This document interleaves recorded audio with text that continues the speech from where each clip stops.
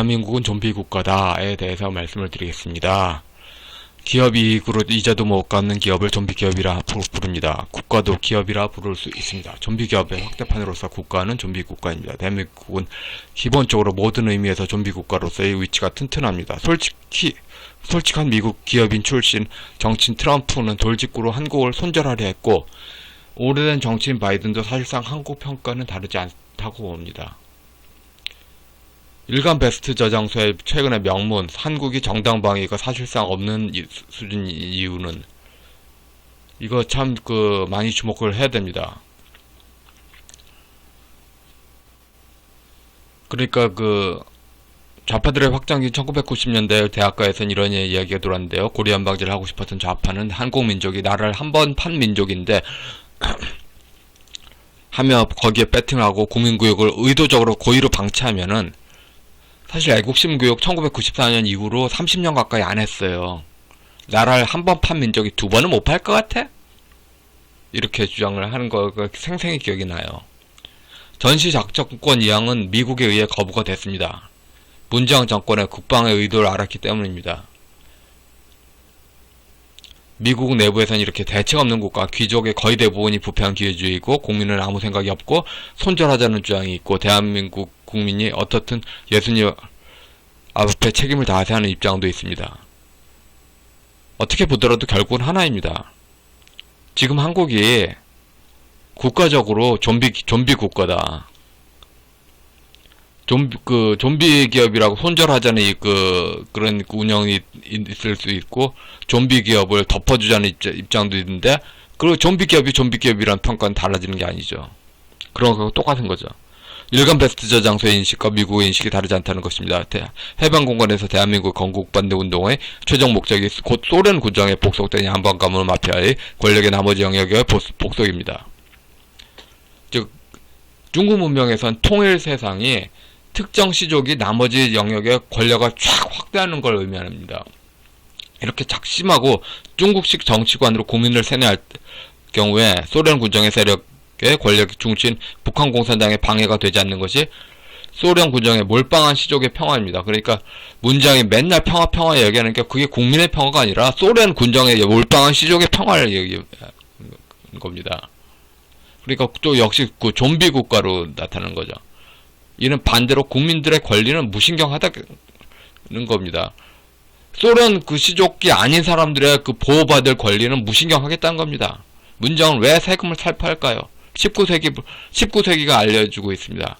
귀족들이 자기가 하늘인데 자기들이 이래라 저래하는 군주가 역같다 이게야. 이거 조직이 죽은 거죠. 조선 왕족은 일본이 쳐들어오기 전에 조직이 스스로 망한 거예요. 지금 북한 공산당 탓하기 이전에 지금 한국 조직을 일부러 망하게 하는 거예요. 그래서 침투하기 좋게 북한이.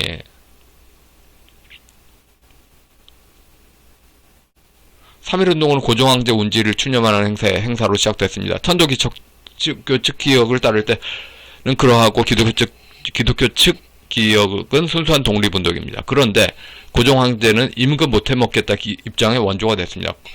권력이 신분과 위치에 대한 무한한 애정에 위치된 것이 아니라 실리에 의존한 것입니다. 백성도 귀족도 군주도 모두 정신이 나갔습니다. 지금 국민도 정치인도 대통령도 모두 정신이 나갔죠. 가계부채, 기업부채, 정부부채 트리플 천조한 시대는 뒤집어 말하면 19세기적인 좀비 국가의 복귀를 말합니다. 이러한 상태는 한무리에 일본이 보낸 낭인이 명성황후를 부엉이바위로 보낼 만큼 한무리의 북한 공산당 파견 인사가 남한 정치를 휘감을 수 있는 것을 말합니다.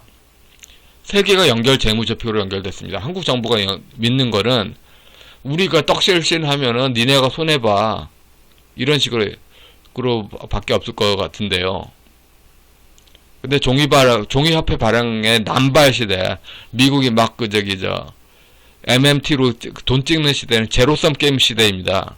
바이든이 2년 안에 한국을 도와주지 않겠다는 이야기는 좀비 국가, 좀비 경제에 배려는 안 하겠다는 이야기입니다. 결국 이렇게 돈을 마구잡이로 찍는 시대는 제로섬 게임으로 한국 내부에서도 남의 것을 가져오는 이런 거고, 세계에서도 그냥 그 영화 황산벌의 명대사 있잖아요. 강한 자가 살아남는 게 아니라 살아남는 자가 강하다. 이렇게 그 게임의 룰이 바뀌어 있는 거죠. 결국 각 시장 주체가 각각이 김영삼만 믿고 덤벼드는 하나의 한보철강이 됐습니다. 한보철강이 어떻게 됐을까요? 1997년 한보철강의 정태수 회장과 비투 영끌의 30대 심리가 뭐가 다르냐? 하나도 다르지 않습니다. 자영업 손실보상이 논란입니다. 좌파들은 뭐든지 전라도 유교의 특유의 사회주의적 품앗이를 강조합니다.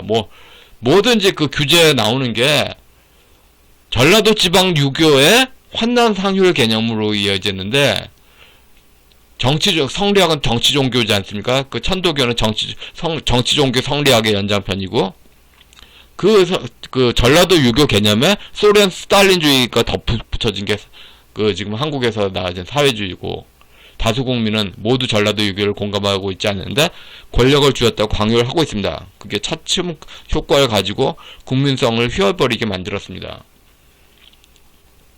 자영업 손실보상은 병 주고 약 주고 병 주고 약 주고 병 주고 약 주고 하면서 19세기의 그 양반 귀족들의 권력 행사 방법, 노무현표 하우스푸어로 소비 침체를 만들고, 그래서 그 자영업의 매출이 끝없이 줄어들고, 그리고 이제 그 노무현 버블과 문장 버블과 자산 가치 떡상이 임대료 상승으로 이어지죠. 착한 임대인으로 사업을 운운을 하면서 몇 달씩 빼주는 거, 인심 쓰기, 그건 말도 안 되고요. 인심 쓰기가 언제까지 가겠습니까? 다시 몇 달 지나면 원위치 되겠지. 이 위에 최종적으로 소득주도 성장 및 최저임금제와 주 52시간 근무제가 놓여 있습니다. 이런 환경에 중국 역병 통제로 수익 감소가 따랐습니다. 정부 세금으로 자영업의 정상 범위까지 해결은 근원적으로 불가능합니다. 농민 사회에서 제사장이 기우제를 지내는 그런 식으로 다 해결이 될까요? 안 되잖아요. 기우제 지낸다고 다 비와요? 안 오잖아요. 결국 근원적 해결은 주택버블의 붕괴뿐인데, 붕괴되면 또 누군가는 크게 다치겠죠. 주택버블의 붕괴는 하우스푸어의 양산뿐만 아니라 IMF 때 무수한 은행의 종말처럼 저축은행의 무수한 폭망이 불가피합니다. 또 은행에서도 많이 힘들겠죠. 90년대생들은 한국에 얼마나 많은 은행이 있었고 얼마나 많은 은행이 망한지를 잘 기억하지 못합니다. 빅5 정리는 2000년 이후의 모습입니다. 남북 문제도 국제 변수, 그러니까 안보도 국제 변수, 경제도 국제 변수, 모든 민생과 관련된 것은 선진국의 선처를 바라는 수준에 맡겨져 있고, 좌파 귀족은 탐욕의 극치를 달리고 있습니다. 그러니까 국민은 세계 열강의 문제에서 저절로 살긴 마련이고, 이거 방임이 아니라, 이건 그죠?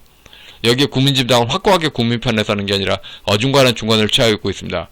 대한민국은 좀비 국가입니다. 국가로서 유의미하게 돌아가는 게 하나도 없습니다.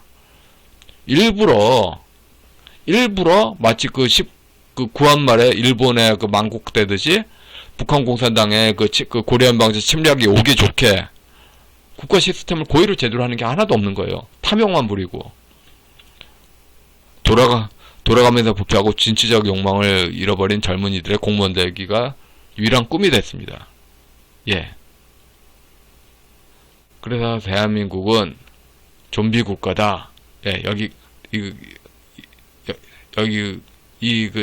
이런 인식을 갖는 게 중요하다고 생각합니다. 예, 여기까지 하겠습니다.